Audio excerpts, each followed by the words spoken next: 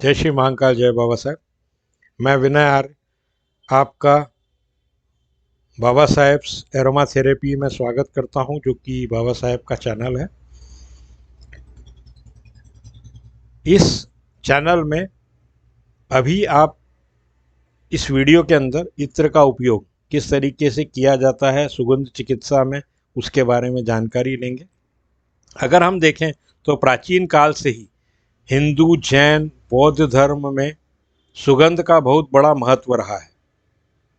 वह इसलिए कि सात्विक अन्न से शरीर पुष्ट होता है, तो सुगंध से सूक्ष्म शरीर, यह शरीर पंच क्रोश वाला है।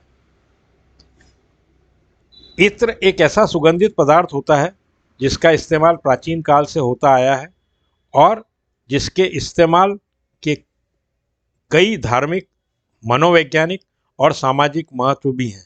इसीलिए आज के समय में जो एरोमा थेरेपी है उसका प्रचुर मात्रा में उपयोग हो रहा है। क्यों?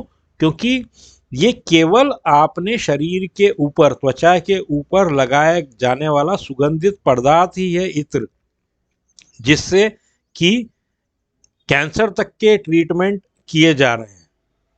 खासकर हिंदू, जैन और बौद्धिक धर्म में सुगंध का बहुत महत्व माना गया है।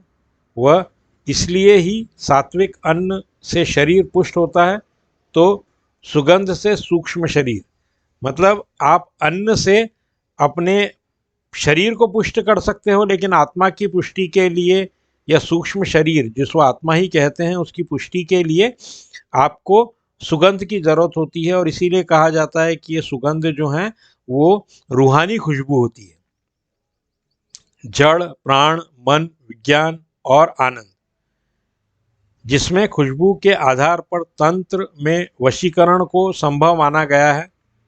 इत्र की विशेषताओं के आधार पर उनसे न सिर्फ इंसान बल्कि पारलौकिक शक्तियां व देवी देवताओं को भी आकर्षित व वशीभूत किया जा सकता है। ऐसा पुराणों में, वेदों में इंकित है कि देव और देवियों को आकर्षित करने के लिए या वशीभूत करने के लिए अलग अलग इत्र का उपयोग किया गया। आइए हम जानते हैं कि इत्र से जुड़े कुछ साधारण उपयोग व उनके होने वाले फायदों के बारे में।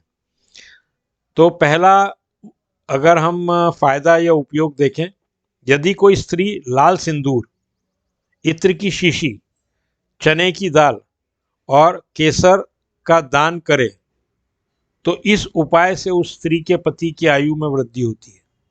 तो अगर पत्नी को अपने पति की आयु बढ़ाना है तो लाल सिंदूर, इत्र की शीशी, उसमें कोई भी इत्र हो सकता है, चने की दाल और केसर का दान अगर किया जाए तो वो उसके पति की आयु वृद्धि होगी। सफ़ेद कपड़े पहनकर किसी भी देव स्थल पर लाल, गुलाबी या चमेली का इत्र अर्पित करें तो प्रेम विवाह में आ रही बाधाएं दूर होंगी। तो लाल गुलाब या चमेली का इत्र अर्पित करना है देवी देवताओं को अगर प्रेम विवाह में बाधा आ रही है तो। उसी तरीके से यदि आपको अचानक धन से जुड़ा नुकसान हो रहा है तो 7 शुक्रवार को 7 सुहागिनों को अपनी पत्नी के माध्यम से लाल वस्तु उपहार में दें और इस उपहार में इत्र जरूर रखें। कोई सा भी इत्र हो, गुलाब का हो, चंदन का हो, ऊद का हो, तुरंत लाभ होगा। यदि आप अपने ऑफिस में लोगों को प्रभावित करना चाहते हैं या उन पर प्रभाव डालना चाहते हैं तो मोगरा, रात रानी या चंदन इत्र का इस्तेमाल करें। सभी आपसे खुश रहेंगे और आपकी कार्य कुशलता में वृद्धि होगी। अपने साथ भूरे रंग के पर्स में किन्हीं भी 4 नोटों पर चंदन का इत्र लगाकर रखें। इन्हें खर्च न करें और हर समय उसको अपने पास रखें तो बरकत होगी, पैसा बढ़ेगा, पर्स हमेशा पैसों से भरा रहेगा।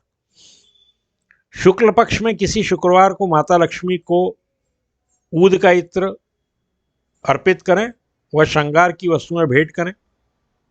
इस उपाय से पति और पत्नी के बीच प्रेम बढ़ता है और घर में धन व समृद्धि भी बरकरार रहती है। किसी भी मंदिर के अंदर चंदन, कपूर,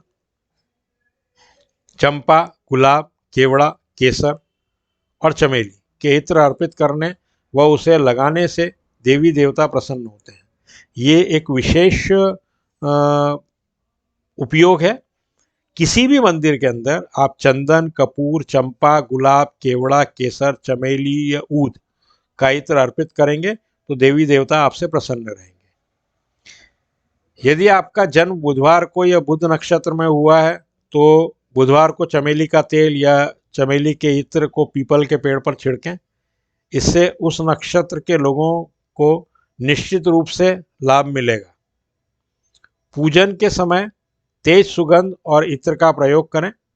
वो दिवाली हो या होली हो, जब भी त्यौहार पर आप पूजा कर रहे हैं, वो नवरात्रि हो, वो किसी भी तरीके की पूजा हो, गृह प्रवेश हो, उसके अंदर अगर आप इत्र का उपयोग करेंगे तो तेज इत्र का प्रयोग करने से लक्ष्मी जी तुरंत कृपा करती हैं और घर में धन संबंधी जो भी समस्याएं हैं उसका समाधान हो जाता है या वो उत्पन्न नहीं होती हैं, दोनों चीजें।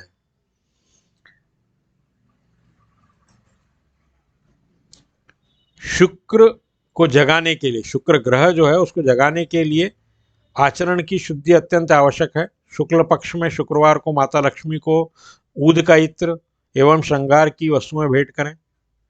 इस उपाय से पति पत्नी के बीच जो असमंजस की स्थिति होती है उसका निराकरण होगा और धन एवं समृद्धि बरकरार रहेगा।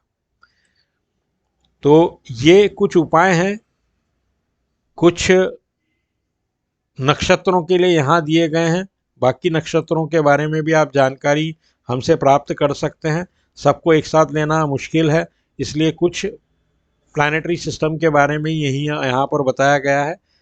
आपको बहुत बहुत धन्यवाद जो आपने इस वीडियो को देखा। आप अपने मित्रों को, साथियों को, परिवारजनों को इस वीडियो की लिंक भेजिए। और जो भी आपके प्रश्न हैं जो यहाँ पर हमने नहीं लिए हैं, आपकी राशि क्या है, लग्न क्या है, उसके हिसाब से आप इत्र चाहते हैं तो उनके बारे में भी आपको जानकारी मिल सकती है। तो जो दिए गए ईमेल एड्रेस हैं उनके ऊपर आप मेल कीजिए, हम आपको तुरंत उसकी जानकारी देंगे। और अगले वीडियो में हम फिर मुलाकात करते हैं। तब तक के लिए अपना ध्यान रखिएगा। जय श्री महाकाल, जय बाबा साहेब।